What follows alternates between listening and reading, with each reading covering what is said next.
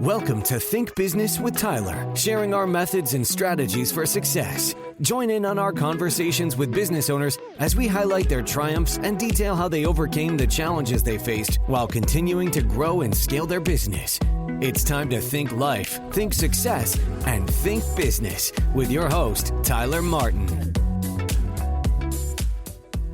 They say competition is for losers, because if all of a sudden I come out and I say, I am the best lawyer, well, it's either me or the other million people that are claiming the same thing that are lying. So you don't want to get into that competition game. You want to catch them higher in the funnel where you can define the problem, you can define the solution, because then you're building the trust with that.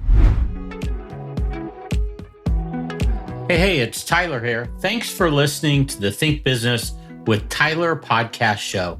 Today's guest is Tom Schwab. You're going to love what Tom has to share in this episode. We find out why now has never been a better time to be a business owner, why it's so important to catch them high in the funnel, and what exactly that means, how to cheat and transfer the authority of others and leverage their audiences. And lastly, Tom talks about obscurity, why it's such a problem, and how to overcome it. I just know you're going to love what Tom has to say. As always, thanks for listening. Hey, thanks for listening today to the Think Business with Tyler podcast show. Today's guest is Tom Schwab, who is the Chief Evangelist Officer of Podcast Valet. Tom knows how to build an online business. He's done it successfully several times. And now he helps others find online success with podcast interview marketing. Tom helps thought leaders get featured on leading podcasts where their ideal prospects are already listening. The Interview Valet system then helps turn listeners into customers. Hey, Tom, thanks for being a guest today on the Think Business with Tyler podcast. We're super excited about our chat today. How are you doing? Tyler, I am thrilled to be here. Thanks, Tom. Thanks. I mentioned in the intro you had built several online businesses. Can you elaborate a little bit about those online businesses and how you built them? Yeah. So I took principles that I'd learned earlier in my life and said, how can you apply these to online? And back in 2008, I read a great book called Inbound Marketing by two smart guys from MIT, Brian Halligan and Dharmesh Shah. And we were one of their first e-commerce customers. In fact, we were the first e-commerce case study. Beretta USA, which is the oldest company in the world, was their second e-commerce case studies.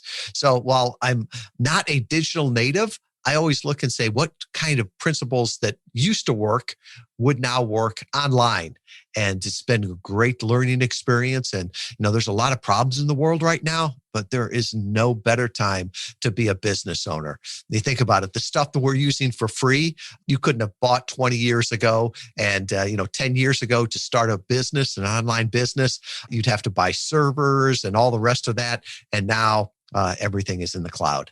Yeah, we have so many choices, and I would almost argue that's the challenge, that we just have this whole world in front of us. Clubhouse, LinkedIn, Facebook, all these different avenues. Do you find that's one of the current challenges for people in terms of getting out there and getting their message out and building their business? It can be, because if you focus in on the tactics, which one should I be on? Clubhouse, Snapchat, all the rest of that, it can be very, very confusing. What is the best platform to use for this? Websites, all the rest of that. But to me, that's part of the business. That's not the business as a whole. And I always think that, my grandfather, God love his soul, or God rest his soul, he'd be better suited for the future in business than my kids would. Because they might know all of the technical side of it, but they forget about the business side of it. So I think with all of this, we have to step back and say, well, who do I want to serve? How does this help them? How does this help connect them? And if you start to go for those bigger questions, then it starts to filter through into the smaller questions. And I always think probably a dozen years ago or so, my youngest daughter was in junior high, and she came to me and she says, Dad, you need to be on Instagram. And I'm like, why? And she says, because everybody is on Instagram. And I said, well, define everybody.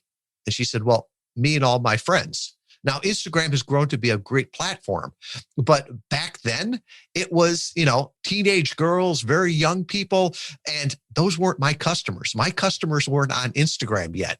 So while it was new, it was shiny, it wasn't going to help my business. And it probably would have been creepy if I jumped on there. Yeah, probably not your demographic, especially back then. Before we get into marketing from your book, there's a lot of things I want to cover. What are some common business challenges that you face? Because you brought up business and your grandfather. Can you kind of drill down on some experiences that you've had that were challenges and perhaps you've overcome them or what you learned from them? Freedom is a wonderful thing, right? Freedom of opportunities, but it can also be paralyzing. You've got so many choices to make and so many things to do. Any entrepreneur could work 24 hours a day, 7 days a week, and they'd still not get all their to-do list done. So to me, it's really, what's the next step? What's the next most important thing in monetizing, in serving my customers?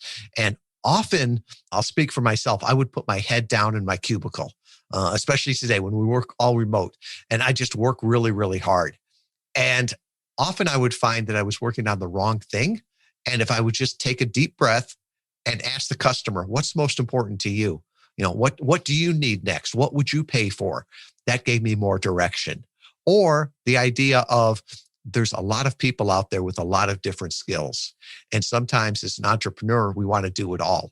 And the older I get, the more I realize there's a lot of things that are easy to do, but hard to do well. And so from that standpoint, if I'm only going to do it, once or twice in my life, do I really want to figure this all out? Accounting, for an example, right? I am not a good accountant. I was an engineer by degree, but my accounting gets close. I could work really, really hard and probably become a fair accountant. But my business doesn't need a fair accountant. So find somebody with those skills. And, with collaboration today, it's amazing. I live in Kalamazoo, Michigan. How am I going to find all of these resources? Well, with the internet now, you can tap into different ones. My accountant's in Oklahoma. Really doesn't matter where you are anymore. I've got advisors all over. So from that standpoint, there's a great book out by, I can't think of his, Dan Sullivan, Who, Not How. And often I would get in trouble by saying, how can I do this? How can I do this? As opposed to saying, wow, this needs to get done. Who can I work with? Who can do this better than me? Yeah, that's a great book, by the way. I've read that book. I agree with you. Prioritization for business owners is tough, and doing the right thing. And a great mentor of mine said exactly what you said. A lot of times things are easy, but they're hard to do. The process itself oftentimes is easy, but actually implementing and getting done can be really hard. And that kind of segues into my next discussion that I want to have with you. Business owners and entrepreneurs often come to me, and the first thing that comes out of their mouth is marketing and the challenges that they're having with it. Can we talk a little bit about how a business owner and entrepreneur really wants to focus their marketing and where their starting point should be in terms of really getting the maximum benefit out of doing it? Sure. And I want to start with giving this disclaimer, right? I went back later in life and got my MBA in marketing. And I spent lots of years, lots of money. And I think my grandfather, like I said before, could have told me what marketing was much better. Right? Marketing is starting a conversation with someone that could be an ideal customer. And if you just look at it from that standpoint, how can you start that conversation? Now, too often we jump into, well, should I do pay-per-click? Should I do this social media, that social media? Which one's right? And I would always say, go back to that definition of what marketing is. How can you start a conversation with your ideal customer? If your ideal customer is listening to podcasts, that's a great way to do it. If they're on social media, that's a great place to do it. I know a gentleman that he's a painter here in Southwestern Michigan. He loves working with retired people, older people, and he advertises in the newspaper. He's the only person still advertising in the newspaper. I think he's even got a Yellow Pages ad.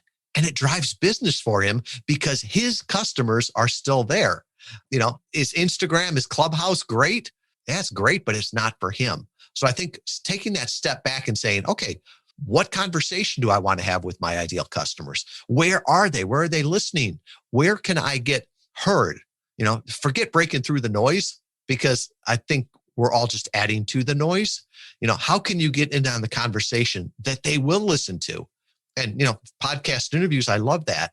It's almost like getting invited to somebody's physical stage, or getting invited over to their house to meet all of their friends. I mean, if they can tee it up for you that way, you will get heard, as opposed to just trying to break through the noise.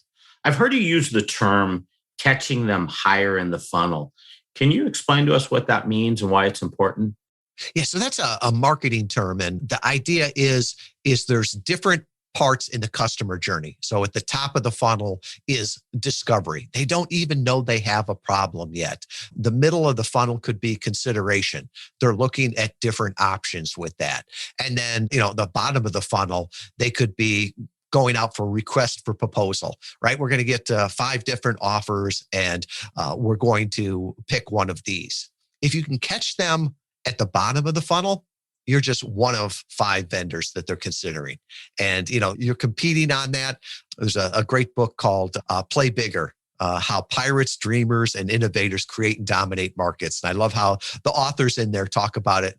They say competition is for losers, right? Because if all of a sudden I come out and I say, I am the best lawyer, well, it's either me or the other million people that are claiming the same thing that are lying. So you don't want to get into that competition game. You want to catch them higher in the funnel, where you can define the problem, you can define the solution, because then you're building the trust with that. And let me give you an example here.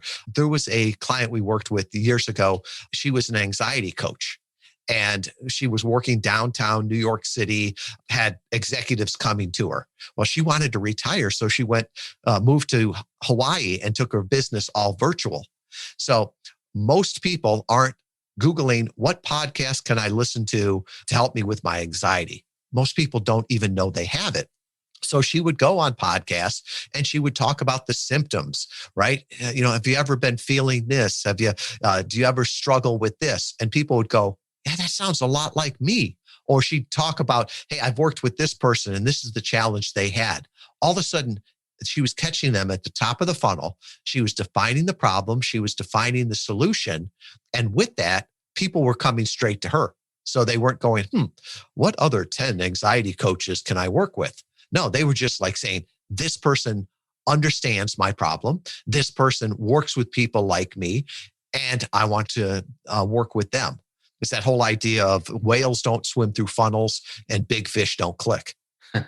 That resonates a lot. You definitely, if you can start that conversation earlier in the process, it's just tremendously different in engaging them as a client or a customer than if you're in the ocean with everyone else. I mean, it's just, the message is a lot harder to get through, the connection. Tom, one thing I read from your book, Podcast Guest Profits, which by the way is an excellent book. You discussed podcast interview marketing. Can you define what that is and just elaborate a little bit on it? Yeah, so it's using other people's platforms to get your message out and to grow your business and grow your brand. I think we could look back in previous ways of how people used it before, right? So if you went on the Oprah show, you were able to leverage her audience and get that exposure. Talking on somebody else's stage, that same thing. And often we would have people come to us and say, can you help me get on a podcast? And I always looked at that and said, well, if you want better answers, you got to ask better questions. Today, there are 2 million podcasts. Getting on a podcast is not the challenge. I'd say, do you want to get on a podcast to grow your brand and grow your business? And they'd be like, yes, isn't that what I said? I'm like, no, it's not what you said, but we can help you with that. So it's really podcast interview marketing is the idea, the system, the framework to leverage other people's audiences to get that exposure, to get that know, like, and trust, to get that authority, right? Because if you're invited on this podcast, it's almost like the host vouches for you. If you get invited on Oprah's show, it's her vouching for you. It's sort of that transfer of authority there. And so really that's what it's about. And in my mind today, our biggest problem is obscurity, right? We could help lots of people.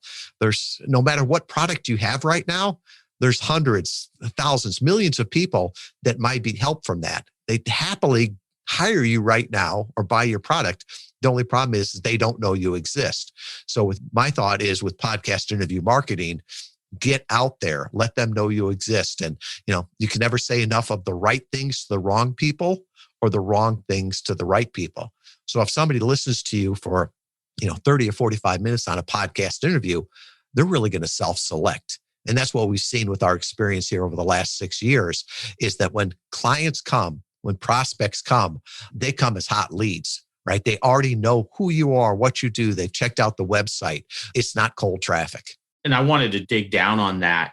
You had mentioned inbound marketing a little earlier. Is that the big byproduct of doing guest podcasting, is that you create this inbound marketing funnel at the top of the funnel? Is that kind of a byproduct of it? Can you explain on that?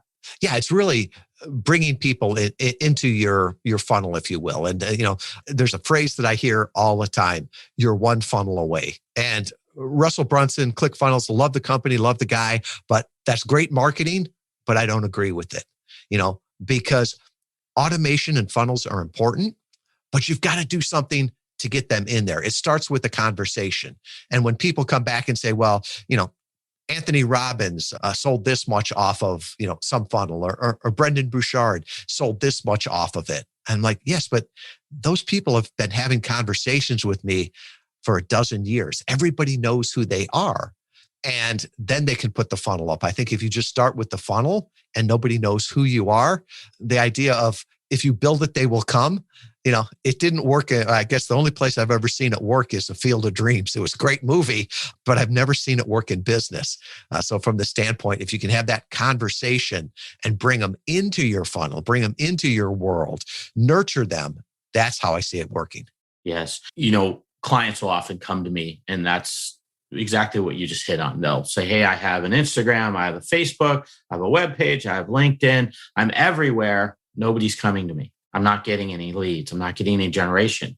And I think there's this false perception that if you throw up your web pages everywhere, maybe you write a little content here and there, all these leads are going to come. It's just not the way it works. You need that traffic source. And I agree with you on the funnel. I think everybody thinks they're going to put up this great funnel, but if you have nobody coming to it, nobody knowing what you do, it doesn't serve a purpose. It doesn't get you to your end goal. And that brings up my next thing. You've touched on it a little bit, but I'd love for you to dig in. Obscurity. Can you talk about that and what that means to you and business owners, and why it's so important to address it, in particular, the medium of podcasting? Yeah. And I said it before. I mean, there's a lot of problems in the world right now, but there's no better time to be alive, right? 20 years ago, your customers were pretty much within driving distance. So you were limited to, whatever the population was within driving distance. Now, if you live in a big city, all right, that might be okay. If you live like me in Southwestern Michigan, you got a problem. But the difference now is that we can serve customers so remotely, right? So your pool of ideal customers is so much bigger. And so with that, how can you get out and get known to them? Because, at the end of the day, none of us want just more leads or more traffic. You can't eat a Facebook like. We want more customers, and we want more ideal customers.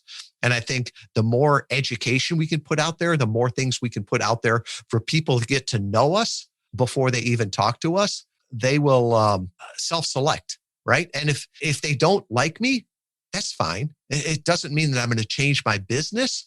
It's just there's probably somebody else that can serve them better. So the whole idea is that you want to, attract the ideal customers and repel the people that you can't serve the best. And that's really just by going out there and getting known. I'm always amazed by some of the sales calls, if you will, that we have after a podcast interview, because the person's already listened to you for 30 or 45 minutes. Then they checked out 2 other interviews. Then they went to your social media. When they come up for, quote unquote, the sales call, it's more of a qualification call. Maybe they have a couple of questions, but largely it's like they're sold on working with you. You just need to figure out if you're the best fit for them. In your book, you talked about Aaron as your test case, and you mentioned he had a great story and a great voice, I think you had said. I think the typical individual that might get in as a guest of podcast is either worried about what they're going to say, or maybe they don't sound professional. What are your thoughts on that? What would you say to them if they said, hey, I can't be a guest? Yeah, and some of the background on that. So Aaron Walker was one of our early clients, and he's got this Southern voice, sounds like Zig Ziglar, and the personality really comes through on that. Well, early on, he was writing some blogs, and you'd look at it and go, yep, that's a blog. But it sounded like every other blog out there. Whereas if you heard him on a podcast interview, you would remember who he was. You'd either resonate it with it or you wouldn't. So with that, we learned a lot from that. And, you want to get out there and have people either resonate with you or not. And you learn as you go, what interviews do the best for me on this? What people do I resonate the best with? Another client that we had early on, Craig Cody. He's a CPA. He's got more personality than any accountant you've ever met. He's a retired New York City detective, and all of his eggs were in one basket in 2008. They were all local businesses, and he came to us and said, "I want to be on every different type of podcast. I want to have one of every business in every different state. I want to be totally diversified." And I think it was probably 6 months into it, we pointed out to him, you do really, really well on dental podcasts. And he's like, "Oh, I love dentists. They work with professionals. They have free cash flow. They can make decisions." And so I think for the next 6 months, he went on nothing but dental podcasts. He's got his own dental business podcast now. And so with that, he was using podcast interviews almost as market research too. And, certain people loved him. And so he doubled down on those. By the way, I did speak with Aaron many years ago. I'm sure he doesn't remember me. He does have a great presence. He's a blast to talk with. So that's a great story.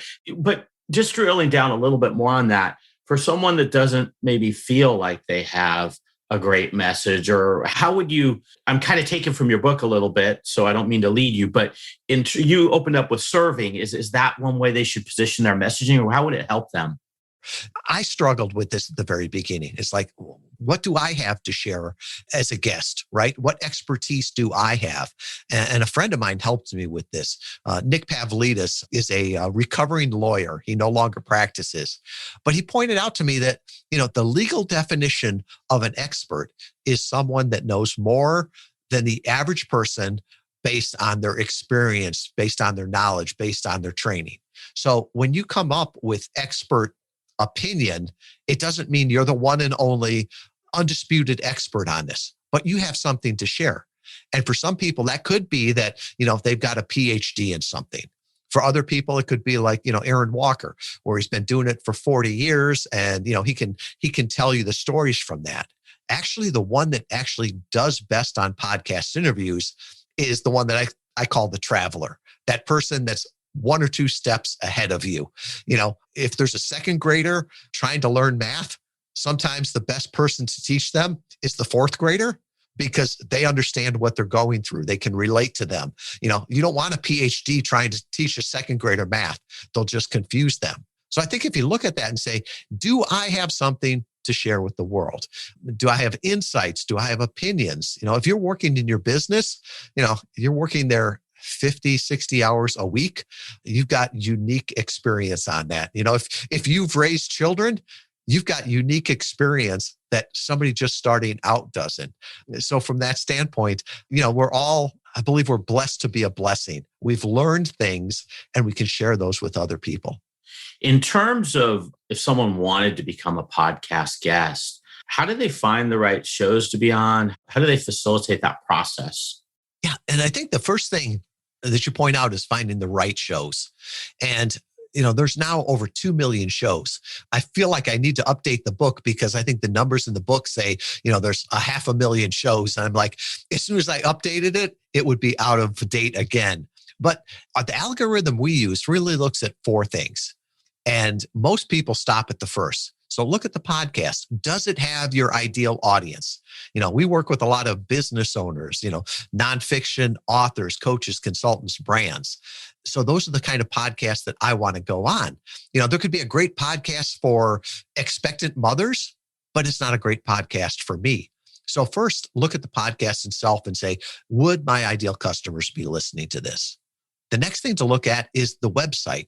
Most podcasts will give you show notes and a backlink. That is so powerful to be found. I mean, we've got some clients that do it just for the backlinks. And you'd ask them, hey, do you want to be on Tim Ferriss's podcast and get heard by, 250,000 people? Or would you like to be on a undergraduate podcast at Harvard University that gets 200 downloads? And they'd be like, give me the backlink from harvard.edu. That's golden. So we look at the podcast, the website. The third thing we look at is the reach. So not only, how many people are listening to it, but also how much are they promoting it? Are they promoting it on social media? Is it the right social media? Are they promoting it to their email list? Because often there are people that don't even listen to podcasts that will get an email that says, hey, I was talking to this person on this time, and that will get you out there in front of them. And then finally, I call it brand affinity. We're judged by the company we keep. And now, I don't know if you've noticed this, when you Google someone's name, often you'll see a podcast that they were recently on. And it's not the biggest podcast, the most relevance. Often it's the newest one. So I always tell, business consultants, be careful who you associate yourself with. You don't want to be, I call them Wayne's World podcasts, two guys in their mom's basement. You don't want to be seen on the Stoner Brothers podcast when somebody is going, hey, should we give this guy, that 5-figure consulting deal? And that's the podcast that pulls up. So make sure that you're comfortable being affiliated with that brand. So as you go through those 4 things, the podcast, the website, the social media, and the brand affinity, you can go through podcasts fairly quickly and say, yes, this is a good one for me, or no, this isn't. What could someone expect in terms of lead generation? Is there some set variable after a show where they might get 50 leads or 10 leads? Is there any metrics on that? Tyler, it varies so much based on what the product is and what the service and the offering is. Are you going for whales or minnows? So we work with a lot of nonfiction authors. Last year, we worked with 3 different books that hit the Wall Street Journal bestseller list. And so for them, their transaction is, $15. So for them, they're looking for a lot of sales off of that. And they typically see those. Then you've got other ones that might be doing, consulting contracts where each client, the lifetime value is $100,000 for them. And so with that, you wouldn't expect to see as many leads or as many customers. But the one thing that we do hear back from our clients is that the leads are better in that they're not cold leads. They're already educated. They're warm to hot leads. And they also close faster because they're educated about the product there. I remember talking with a CMO, and we were going through all of the proposal, and then the CEO got involved in it. And it was a business-to-business software as a service company. And the CEO looked at it and said, so you're telling me that if I get on a podcast interview and I just have 2 people sign up, that this pays for itself in the first month? And the CMO goes, yeah. And he's like, and then all the months after that are just pure gravy? It's like, yeah. He's like, what other marketing channel do we have that pays for itself in the first month? And he just looked and he said, we need to start doing this, because he said, if I can't get on a podcast and convert 2 people to our program, right? I need to be fired as the CEO, because either our product is awful and nobody wants it, or I can't explain it. But he's like, we need to start getting on podcasts. The numbers don't lie, right? Exactly. The projections look good, the return on investment. Hey, would you say there's anyone that's not a good fit for podcasting? Like, does someone ever come to you and go, hey, this doesn't really make sense for your model? I'm not sure so much podcasting, but podcast guesting, definitely. Okay. If you're very focused geographically.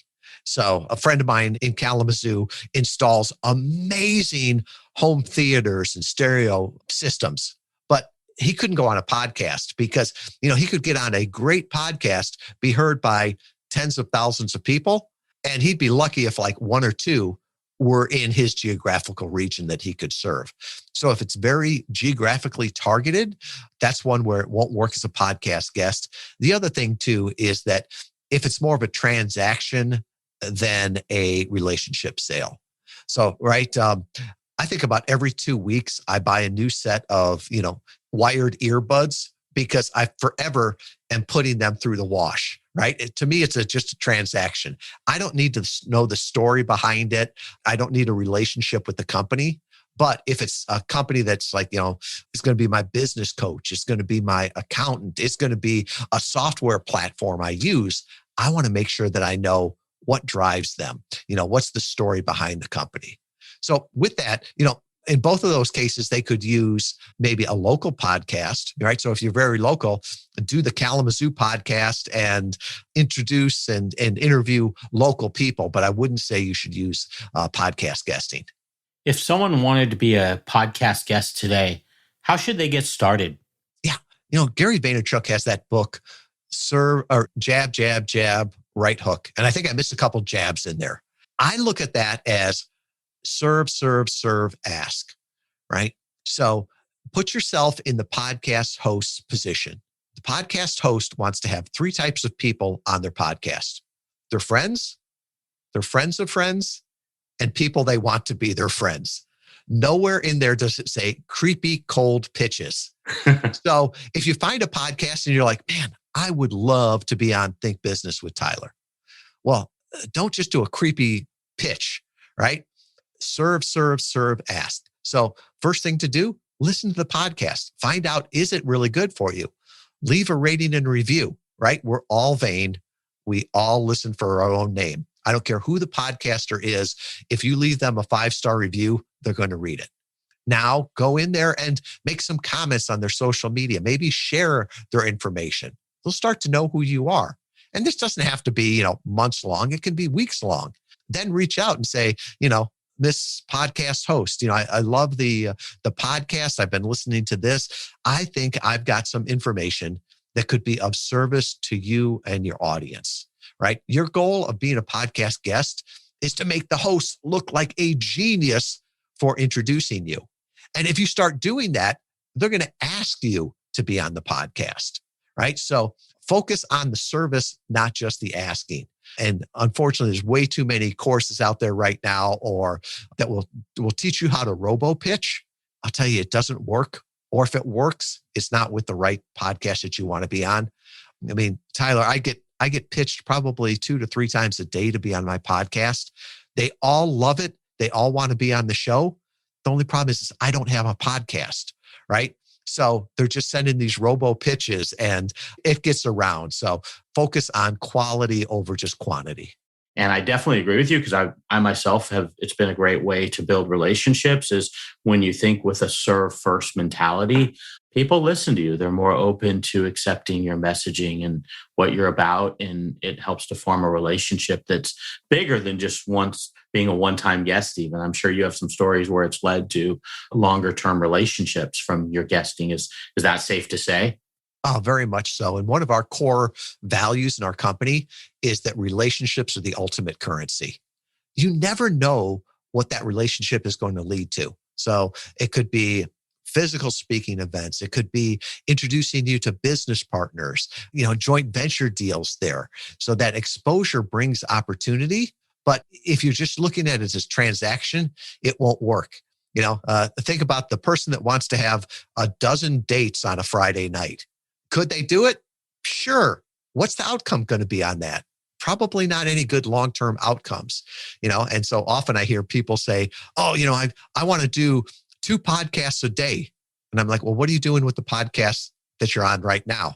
Do you promote them? Do you build a relationship with the host? It's not supposed to be like 50 first dates or something. Why don't you focus on doing more with the podcast that you're on and doing better podcasts, better interviews, just not more? Years ago, somebody pointed out to me, more is not better. Better is better.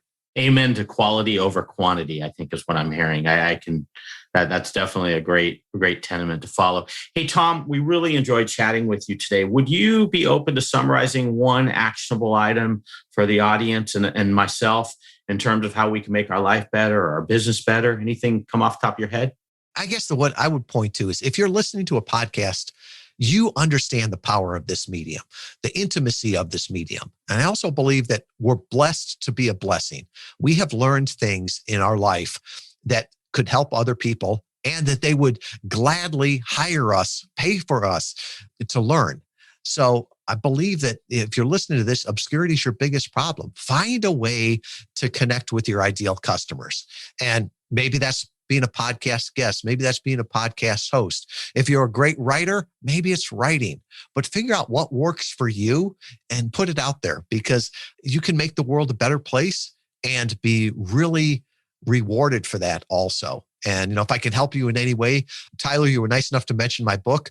I sell a lot of them, but I give more of them away. So if you want a free copy of Podcast Guest Profits, How to Grow Your Business with the Targeted Interview Strategy, just go back to, we'll put it at interviewvalet.com/Tyler. So you can get a free copy of the book there. There's also an assessment that we have, 10 questions, how you could use podcast interview marketing. I'll put that there on that page also. And then finally, if you listen to this and said, I want to talk with somebody and see how I could use this, I'll also put my calendar scheduling link on there. So with that, just go back to interviewvalet.com/Tyler, and all those things will be there. Thanks, Tom. I'll also put those in our show notes on thinktyler.com. One thing I wanted to add, you have a page of resources, which are just phenomenal. Checklists, some various things that the book references to, which I found very helpful. So there's a lot of goodies in there that I think someone can get a real fast head start if they want to get in this area. Well, thank you, Tyler. I appreciate all you do. I've been a guest on over 1,200 podcast interviews, and people say, well, why don't you have your own podcast? And I'm like, because it's hard work. Anybody that says it's easy has never done it or never done it well. So I'm going to put it out here. If you're listening to the podcast and enjoy it, help other people find it too. Leave a rating and review, because not only does that help the host, but it helps other people find this great information. Thanks, Tom. We had a great time chatting with you today. I so appreciate your knowledge, and thanks again for being the guest on the show. Thank you, Tyler. Hi, it's Tyler Martin. I sure hope you liked today's show. Hey, I wanted to ask you, when you started your business, I'm sure you were thinking about the freedom it would create and the value you would build over time. Unfortunately, many business owners get stuck and find they are working long hours, and instead of freedom, they feel chained.